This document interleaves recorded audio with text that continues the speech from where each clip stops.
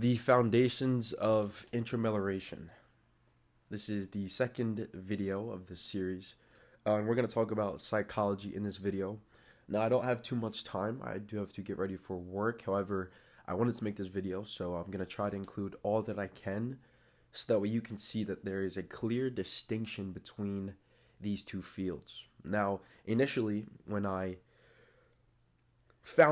discovered the term, it was very hard for me to see that they were different from one another. As I said before, I've done a lot of reading and writing, journaling, and working on myself when it comes to my behavior and also my mind. So I don't want to say, and I definitely do not know the field of psychology enough to be confident enough to present the information to you, but still, I'm gonna present the information that at least I think sums up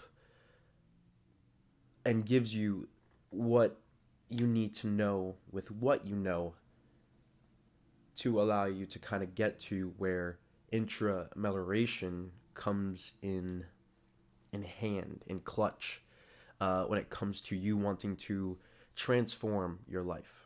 And I've split this up into kind of three phases: inheritance, divergence, and transcendence. What intramelioration inherits from psychology, where it diverges, and then what it does differently. So, obviously, from psychology, I mean, if you know about psychology, then you know exactly what psychology is. It's the conceptualization of the mind. Popular psychologists were Sigmund Freud. Um, what's his name? Why do I want to say? His name's not Carl Jung. Is it Carl Jung? Hold on, I'm tripping. I gotta. Where is it? Jung.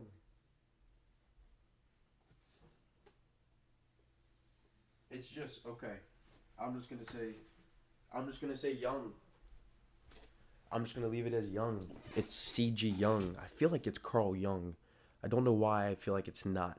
But from Freud, we got the id, the ego, the superego, kind of how we identify ourselves and the things that kind of motivates our action. From Jung, we got the shadow integration, the unconscious, and also the collective unconscious. He did a lot of work with analyzing dreams and understanding that there are these archetypes that kind of exist throughout humanity that man, and when I mean man, I mean humans kind of naturally gravitate towards, and that could be, in regards to their humanness, but then also in regards to their sexuality.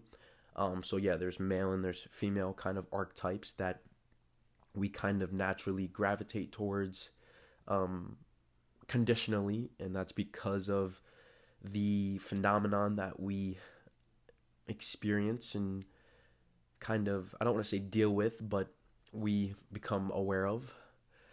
There's also behavioral psychology when it comes to understanding conditioning, classical conditioning, and reinforcing behavior. And you see this a lot when it comes to like leadership roles and management roles, and when it comes to school.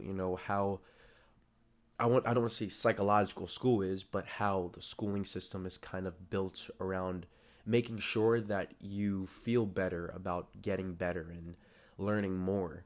Um, Psychology also kind of informed us that humans are pretty predictable and also influenceable. And I see this all the time when it comes to marketing or advertising. How much psychology is playing a role in not only just the design, but also how that product is delivered to you. There's definitely certain ways that businesses kind of orient their product, how they deliver their product to you. It's not random. It's based on psychology. It's based on how they think that you think, and then trying to put something in front of you that you would then perceive as valuable from your own understanding and from your own consciousness. And then We also learned from psychology that consciousness, it develops. And I talked about this in the previous video when it came to self-development, about how you change throughout your whole entire life, and you learn new things. What psychology has kind of presented to us was that, obviously there's a point in time when you're an infant and you really have no understanding, but then as you go through life, as you learn things, you start to develop consciousness. You start to not only become aware, but become aware of under like things, meanings, and connecting things.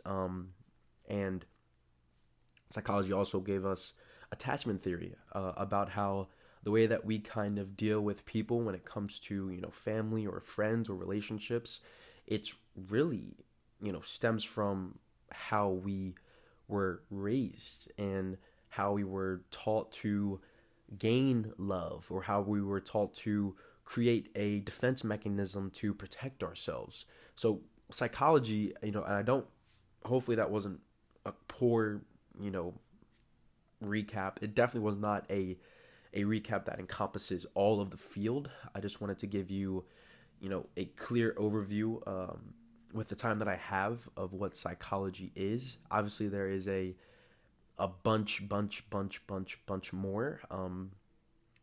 However, psychology is, and I don't want this to come off as psychology being wrong.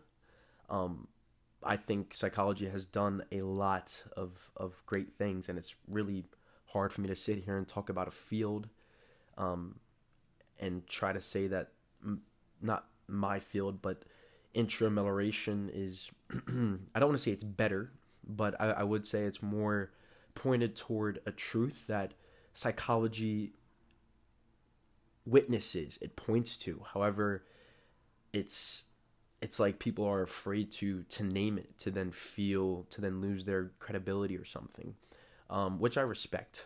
But that's, people need people who are not afraid to speak about the things that actually matter, regardless of their credibility. And I guess that's kind of a,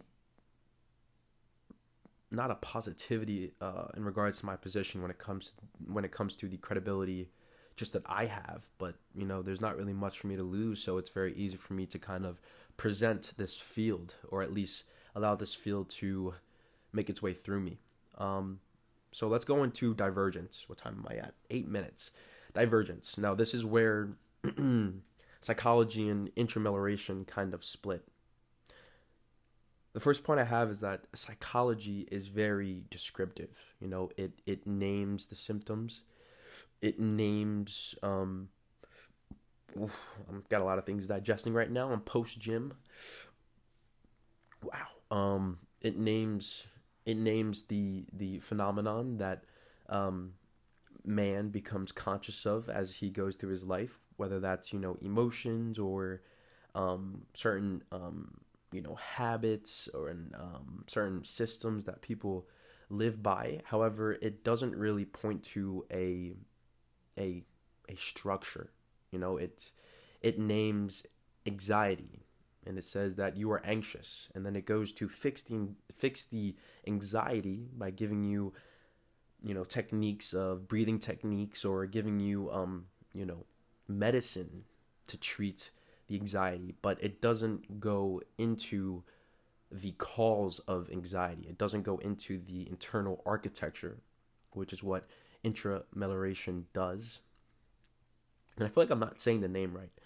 So, amelioration, intramelioration, got it.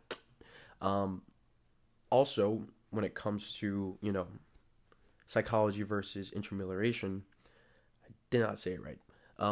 It's like they treat people as patients, who have certain disorders or mental dysfunctions, and then they treat them to kind of get them back to a baseline, to then living a quote unquote like normal life, as if there's this established threshold of what signifies a normal person with a normal mind, and then right below that is a dysfunctional, a mind, a disordered mind, a mind that is not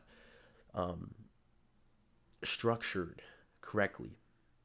Whereas intramelioration, God, it's so difficult to say. I like it.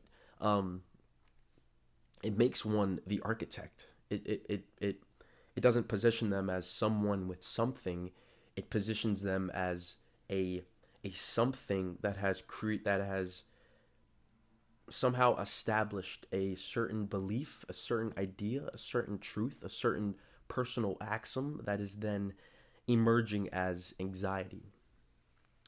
Um, Also, what I see about psychology and a lot of health fields, and I thought about this a while back, when it comes to doctors, when it comes to therapists, when it comes to medicine, a lot of it is very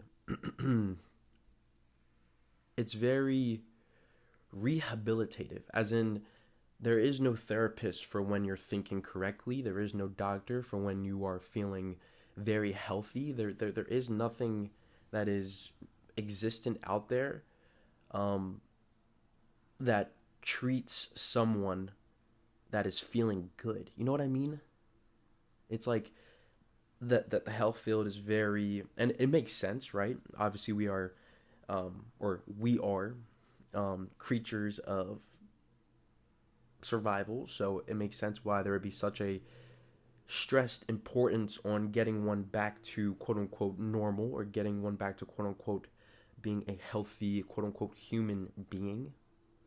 But there's nothing that exists that's for those that are beyond healthy, those that are beyond normal. There is no doctor to go to that can allow you to see what is causing one's happiness, or what is causing joy, what is causing one to feel so passionate and aligned. So psychology, unfortunately, it's very disorder based. It's very dysfunction based. Most textbooks, they probably all they speak about is most importantly, the dysfunctions of the mind that can kind of emerge. But the key word is emerge. These, I believe that all phenomenon of the mind is information, feedback. It's a message for one to kind of go within, and if they want to change it, like when it comes to anxiety, then they have to understand that anxiety is only caused by one's internal architecture, which is what intra-amelioration focuses on. It also, psychology, it treats clients as people with things, as I said before, but it treats clients as things of patterns, right? Not necessarily someone who has established a pattern, but someone with a pattern that then needs to be fixed, right? It doesn't position one as being in a place of power. It places them in a position of them being powerless to their own conditioning, to how they learn to be. Um, and lastly, I'll just say that, or two things actually. Lastly, is that psychology, like self development, it treats effects. It doesn't necessarily go into the cause of those effects. Now, obviously, therapists, certain branches definitely do. They do go deep, but there is no field behind rebuilding the inner architecture. It's just, you go from anxiety all the way back to that moment when you were laughed at for presenting something, um, and that's where it stops. It doesn't really allow you to stay in that space, that internal space, and then kind of go around from using that existence, that idea, that belief, and then kind of not even rebuilding, but at first becoming aware of the entire architecture, and then completely reconfiguring it to allow you to live and experience a life that you would like to live and experience. And lastly, psychology, again, just like self-development, it's based on an idea of a fixed self. There's Jessica, there's John, there's Maddie, there's Kyle, there's Connor, and all of these quote unquote people are having psychological problems. And then they go to a therapist and then they get treated, but then their problems persist. And a lot of the times it's like when we have a problem and we identify with it, the self immediately becomes attached to the problem. It feeds off of the existence of the problem to then allow itself to, and this may be what Freud spoke upon. I'm sure he did speak upon it, but it's our self is it's selfish. Our not even our self, but our quote unquote self, our ego is selfish. It strives to preserve itself, whether that's a cost to you or for its own pride. And now we'll move into transcendence. We're 16 minutes in. So transcendence is where intramelioration is distinct. And we'll get into actual clear distinctions to kind of sum up everything. But when it comes to intramelioration, right, the person, right, the consciousness, the awareness, this field is creatively based. It's not subjective. It does not, simply address a quote unquote problem, challenge that one is dealing with. If anything, it addresses that problem as something that one has, in some fashion, created, in some fashion has architected and must take responsibility for. And that's kind of a hard thing, because a lot of our past, it's very easy to say that things happened to me that were outside of one's control. However, what this field kind of presents to you is that, yeah, sure, there may have been external events. However, it was one's understanding, whether they understood, whether they had the ability to understand, that reflects its impact on that person. So it puts one back into the position, instead of being subjected to symptoms, and instead they are the creator of symptoms. Intramelioration also focuses on going beyond self. Now, I said that therapists, they definitely, and I'm sure other branches or other workers of the field of psychology, they definitely do go deeper than the symptoms. But again, psychology is around the fixed self. It says that John now believes that he is a person who can speak confidently. But intramelioration, it goes deeper than John. It goes beyond the name. It goes beyond a person living a life. It completely is a reconstruction of that which John believes himself to be. Intramelioration also focuses on the cause of things. Now, obviously, in order to get to the cause, one has to have, phenomenon, which if you are a quote unquote person who is able to become conscious of their feelings and experiences, then you have within your ability, things in your inventory that you can then use to go and access the deeper parts of your nature. Intramelioration, it doesn't treat symptoms as problems. It treats symptoms as feedback, as information, as a message. Whereas psychology, it kind of looks to kill the messenger if the message is bad.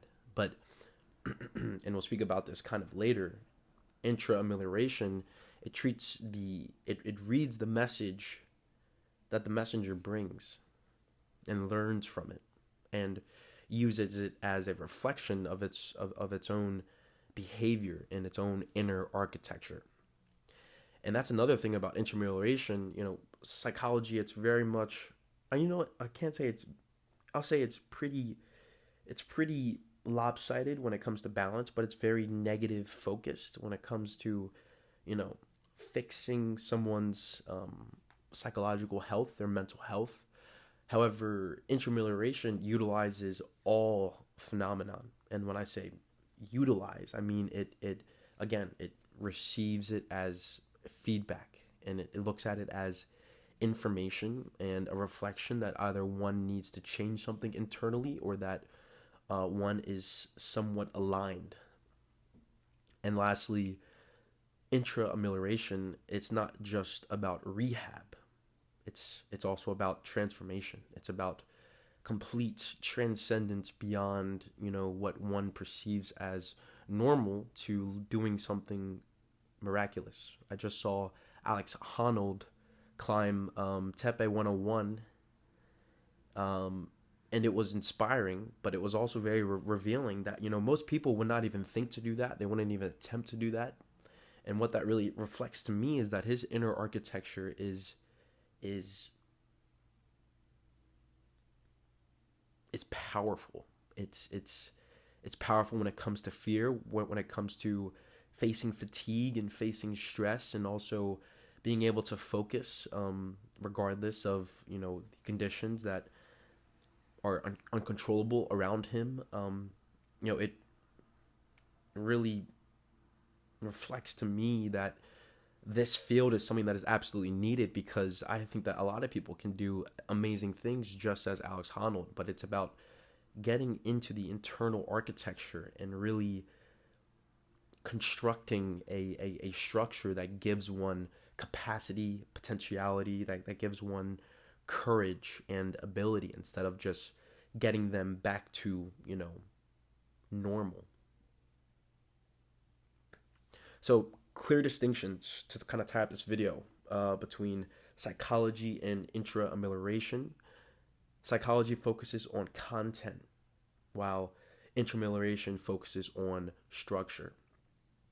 I would also say that psychology is very much, a patient that is suffering, whereas with intramelioration, he who is aware of the phenomenon is actually the architect of that phenomenon. They are creating that thing. It kind of gives them the power back to be able to change that thing, and it differentiates the thing from them, which leads to psychology is really based on, health recovery, mental health, and getting that mind back to, again, a normal functioning mind. Whereas intra-amelioration, this is identity recovery. This gets one back to, a more fundamental, true self, I believe, which then kind of unlocks their ability to be able to do more things, because they are configuring the architecture that works on the belief of their capability. I would say also psychology works with what quote unquote exists, and exists meaning, what exists here and now. But what exists here and now is, all these things in my room, this mic, this camera, these books behind me, they all come from a place that is invisible, that is unseen. The only reason that they exist here is because they existed somewhere else, which means existence is not just what we can see, feel, hear, touch. Existence is a much more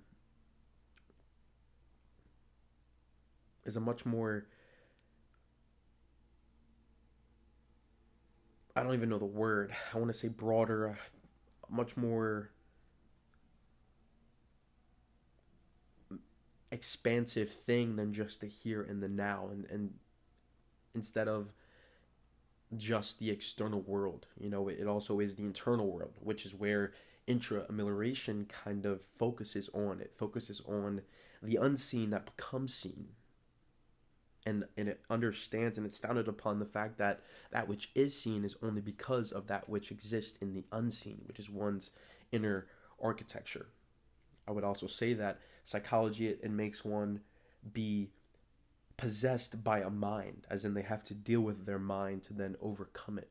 Whereas intramelioration, it positions one as being in the possession of a mind, which is completely different than being possessed by one, because one, it's a complete displacement of control. You know, intramelioration, again, a big thing is it gives you the power, it gives you the control, it gives you your sovereignty back, not just over your phenomenon, but over yourself, because it changes the idea of who and what you think you are. And I would say one of the last clear distinctions is that psychology, you learn in psychology how to live, right? You learn, again, how to get back to a baseline. You learn how to think better. You learn how to, function. You learn how to behave better. You learn how to control your quote-unquote self. Whereas intra-amelioration, you learn to create. You learn that you are sovereign, that you have not just an influence over this external world, but also over your internal architecture. That life has been trying to teach you this your entire time, that your experience is a reflection of that which exists within you. And to take all the experience as information and feedback for amelioration, intra-amelioration, to develop within, to then influence and impact your external reality, to then allowing you to not only live a better life, but to be able to do and experience things that most won't ever experience nor do, because they don't have the wisdom or intelligence or the understanding to understand that their past is only a reflection of their understanding, and it is also their responsibility. So this was the threshold of psychology, where psychology kind of ends and where intra-amelioration begins. I'll see you in the next one.